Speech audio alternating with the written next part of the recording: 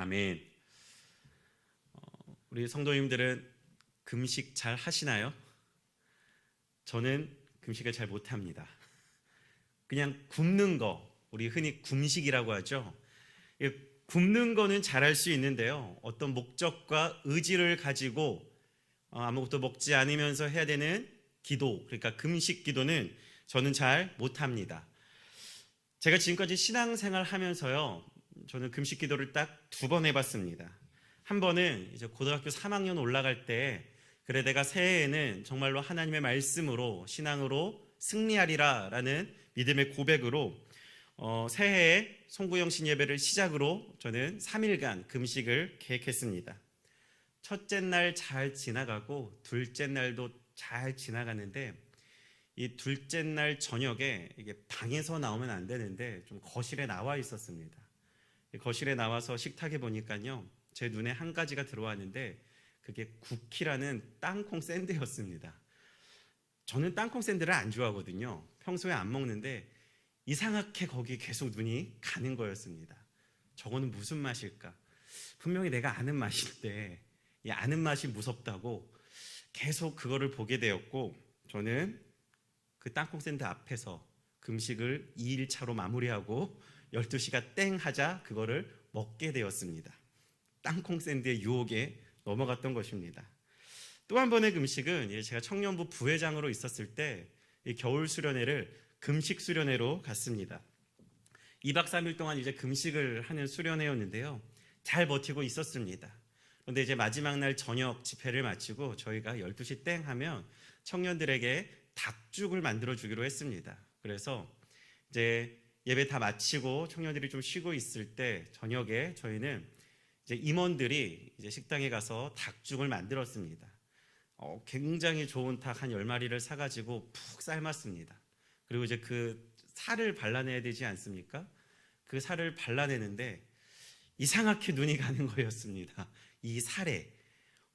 땅콩 샌드와 마찬가지로 저는 닭을 별로 안 좋아합니다.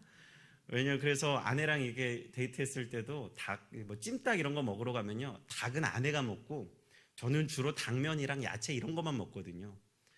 근데 그 닭의 살을 발라내면서 도저히 눈을 뗄 수가 없어서, 분명히 금식 수련회 중이었는데 저는 결국 사람들이 안 보는 그 찰나의 틈을 타서 그 닭을 먹었습니다.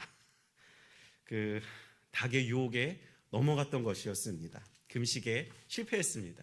그래서 저는 살면서 이렇게 2번 금식 기도를 해봤는데요, 2번 다 유혹에 넘어갔습니다. 우리의 삶에는요, 많은 시험과 유혹들이 존재합니다. 왜 이러한 시험과 유혹들이 존재하는가? 베드로는 이 베드로전서 말씀에서 이렇게 말합니다. 너희 대적 마귀가 우는 사자와 같이 두루다니면서 삼킬 자를 찾는다고 말합니다. 즉 마귀가 계속해서 우리를 유혹하고 우리를 넘어뜨리기 위해서 우리를 시험하고 유혹하기 때문입니다. 그리고 우리는 알게 모르게 이런 마귀의 시험 가운데서 우리는 넘어집니다. 그래서 예수님은 오늘 이 주기도문의 기도를 통해서 이러한 시험과 유혹, 그리고 죄의 문제에 대해서 하나님의 도우심을 구하며 기도하고 있는 것임을 우리는 볼 수가 있습니다. 오늘 본문을 보시면요, 예수님께서는 이렇게 기도하십니다. 우리를 시험에 들게 하지 마옵시고 라고 기도하십니다. 우리는 보통 이 시험이라는 단어를 생각하면요, 우리의 신앙생활에서 시험이라는 것을 생각하면요, 단순히 악을 행하도록 미혹해 하는 것, 이렇게 우리는 생각할 수가 있습니다. 그래서 우리가 이 시험 이렇게 말하면요, 마치 마귀가 나를 유혹하는 것처럼 우리는 판단을 합니다. 그런데 성경에 나오는 이 시험이라는 단어는요, 크게 2가지 측면을 가지고 있습니다. 첫 번째는 무엇이냐면요, 바로 하나님이 하시는 시험입니다. 하나님이 하시는 시험은요, 악을 행하도록 우리를 미혹해 하는 것은 아닙니다. 하나님은 죄의 조성자도 아니시고요, 우리로 하여금 악을 행하도록 이끄시는 분도 아니시기 때문입니다. 우리 야고보서 1장 13절의 말씀을 한번 같이 보도록 하겠습니다. 우리 같이 읽겠습니다. 시작. 사람이 시험을 받을 때 내가 하나님께 시험을 받는다 하지 말지니 하나님은 악에게 시험을 받지도 아니하시고 친히 아무도 시험하지 아니하시니라. 아멘. 자, 오늘 말씀을 보면요, 하나님은 아무도 시험하지 않는다고 말씀하십니다. 그래서 하나님이 하시는 시험은 무엇이냐? 말 그대로 악으로 이끄는 그런 것이 아니라 그냥 말 그대로 진짜 단순히 테스트라는 것입니다. 테스트의 의미를 가지고 있다는 것이죠. 예를 들면 이런 것입니다. 우리 창세기 22장 말씀을 보면요, 굉장히 유명한 사건이 나옵니다. 바로 아브라함이 이삭을 번제의 제물로 바치는 사건입니다. 이것은 하나님의 아브라함에게 독자 이삭을 바치라고 하는 하나님의 시험이었습니다. 이것은 하나님께서 아브라함에게 이삭을 죽이도록, 하나님이 아브라함에게 죄를 범할 수 있도록 유혹하신 것이 아니라 아브라함의 믿음의 성숙을 위한 테스트였다는 것이었습니다. 죄에 빠지게 하는 유혹으로서의 시험이 아니라는 것입니다. 자, 이 시험에 대해서 또 하나의 측면은 하나님이 우리에게 하시는 그런 테스트 말고 또 하나는 뭐냐? 방금 앞에서 말했던 것처럼 죄에 빠지게 하는 유혹으로서의 시험이라는 것입니다. 그리고 이러한 시험은 누가 하는가? 하나님이 하시는 것이 아니라 바로 마귀가, 사단이 우리에게 하는 것이라는 겁니다. 성경에 보면요, 여러 가지 마귀의 시험이 나옵니다. 우리가 대표적으로 잘 아는 마귀의 시험은 바로 마태복음 4장에 나오는 예수님이 시험 받으신 것입니다. 예수님께서 40일간의 금식을 마치시고 예수님은 광야로 가셨습니다. 그리고 마귀는 광야에서 그곳에서 예수님을 시험했습니다. 어떻게 유혹했습니까? 하나님의 말씀을 왜곡하고 적용하도록 마귀는 예수님을 유혹했습니다. 또 하나의 사건은 역시 우리가 잘 아는 창세기 3장에서 나오는 아담과 하와가 선악과를 따먹은 사건입니다. 아담과 하와로 하여금 이 마귀는요, 선악을 알게 하는 나무의 실과를 먹도록 유혹했습니다. 마귀가 아담과 하와를 유혹한 이유는 무엇입니까? 그들로 하여금 범죄하도록, 어떤 범죄요? 하나님의 말씀에 불순종하는 죄를 짓도록 그들을 유혹했던 것입니다. 또 하나의 사건을 이야기하자면 바로 요셉에 대한 보디발의 아내의 유혹이었습니다. 요셉이 이 보디발이라는 사람의 총무로 있었을 때, 가정의 총무로 있었을 때 그 보디발의 아내가 요셉을 유혹했습니다. 나랑 동침하자. 아무도 없으니까 나랑 동침하자고 유혹했습니다. 이것은 요셉으로 하여금 죄를 짓도록, 아무도 보지 않는 곳에서 죄를 짓도록 하는 마귀의 유혹이었습니다. 이처럼요, 이 마귀의 시험은 우리로 하여금 죄를 짓게 하는 유혹의 시험이라는 것입니다. 자, 그렇다면 우리가 경계해야 되는 시험은 무엇일까요? 하나님이 우리에게 하시는 것일까요? 아니죠. 우리가 경계해야 되는 것은 무엇이냐? 두 번째입니다. 바로 마귀의 유혹을 우리는 경계해야 되는 것입니다. 왜냐? 아까 베드로가 말했듯이 마귀는 지금도 우는 사자와 같이 두루다니면서 삼킬 자를 찾고 있기 때문입니다. 우리가 마귀의 시험을 경계해야 되는데 우리는 언제 이러한 마귀의 시험을 경계해야 될까요?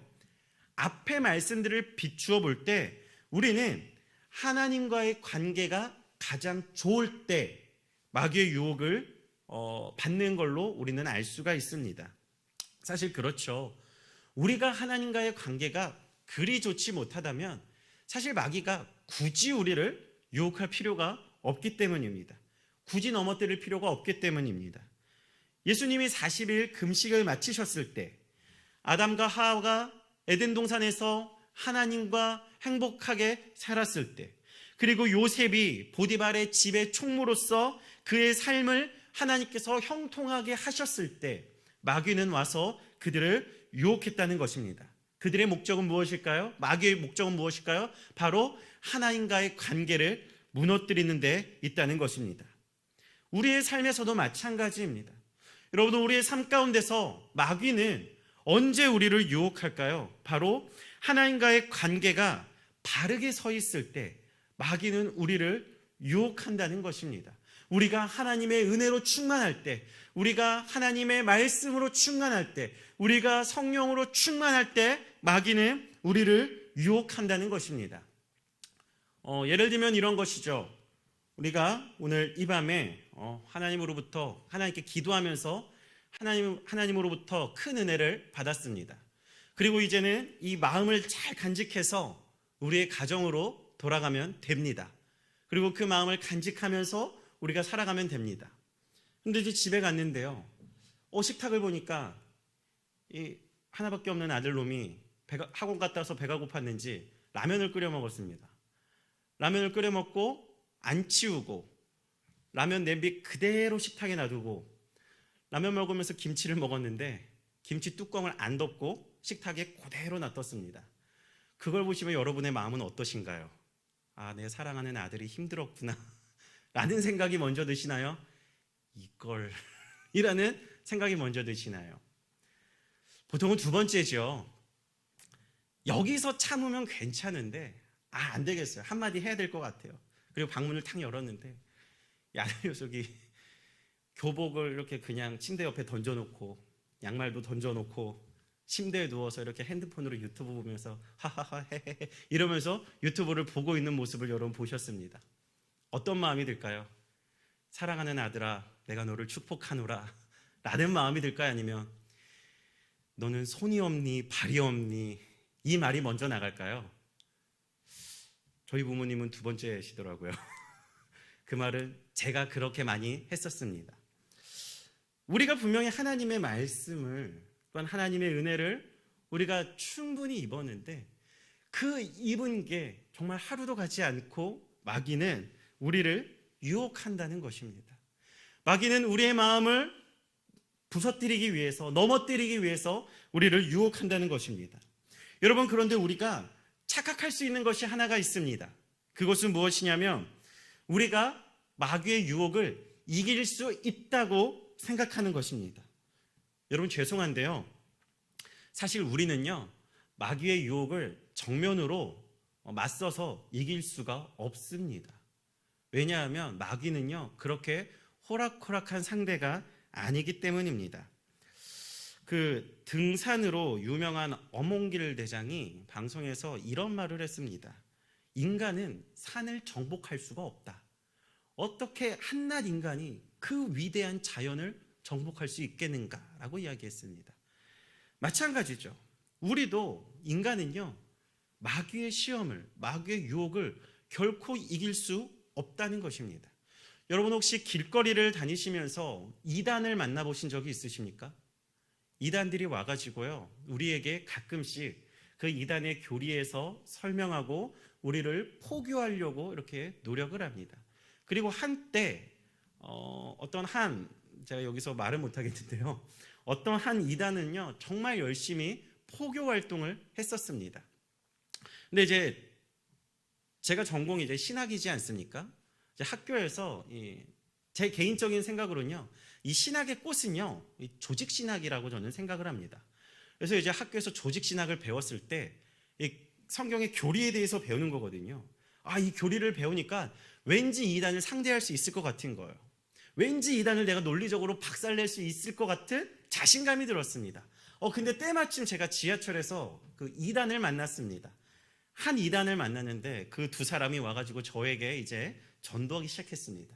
그리고 저는 제가 배운 그 조직 신학의 내용을 가지고 그 이단을 상대하기 시작했습니다. 근데 결과는 어떻게 됐느냐? 가장 중요한 거는요, 그들은 말이 통하지 않습니다. 첫 번째는 그들은 말이 통하지 않고요, 그들은 자신들이 배웠던 것만을 말하기 때문에 계속해서 반복을 합니다. 그것들을.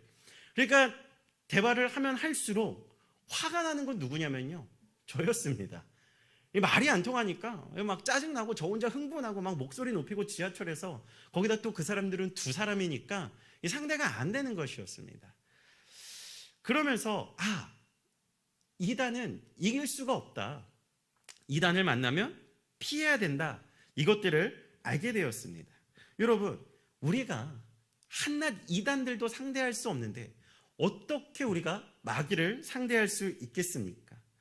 우리가 마귀의 유혹을 이길 수 있었으면요, 오늘 예수님은 이렇게 오늘 예수님은 기도하실 때 우리를 시험에 들게 하지 마시옵고 이렇게 기도하시는 게 아니라 우리가 마귀를 상대할 수 있으면요, 하나님 우리가 마귀의 시험을 이기게 하여 주시옵소서라고 기도했을 것입니다.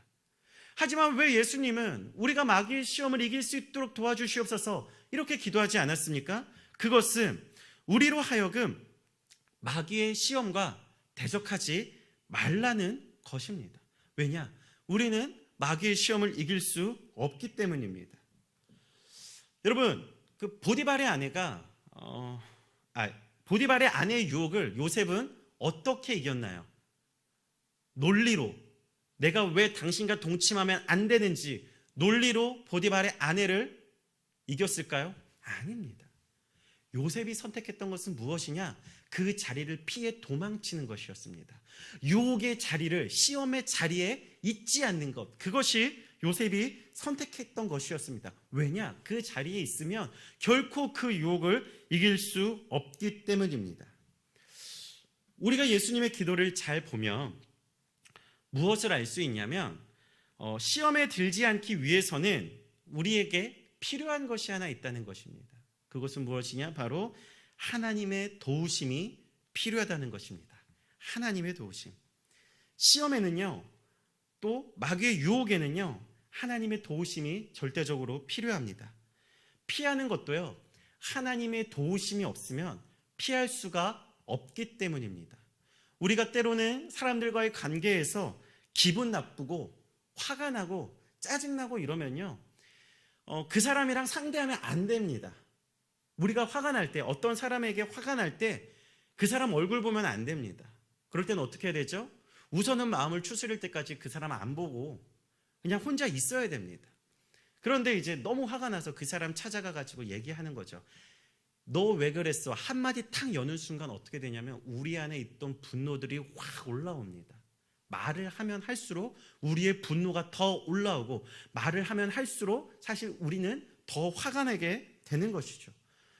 사실 그 사람과의 관계를 피해야 되는데, 여러분, 피한다는 것은 내 의지로 가능한 것이 아닙니다. 유혹에서 피하는 것, 시험에서 피하는 것, 그것은 하나님의 도우심이 절대적으로 필요하다는 것입니다. 하나님, 내가 지금 굉장히 많이 화가 나고 내가 이 시험에 넘어갈 것 같은데, 하나님 나로 하여금 저 사람과의 관계를 우선은 멈출 수 있도록 도와주십시오 라는 하나님의 도우심을 구하는 것이 있어야지 우리가 그 유혹의 자리에서, 시험의 자리에서 피할 수 있다는 것입니다. 그래서 우리에게 필요한 것은 무엇입니까? 바로 하나님의 도우심이라는 것입니다. 여러분, 바울이 고린도 교회에 쓴 편지가 있습니다. 우리는 그것을 고린도 전후서라고 말합니다. 이 고린도 교회에 쓴 편지에 마지막 문장을 보면요, 우리에게 매우 친숙한 문장 하나가 나옵니다. 우리 고린도후서 13장 13절의 말씀을 한번 같이 보도록 하겠습니다. 우리 같이 읽겠습니다. 시작.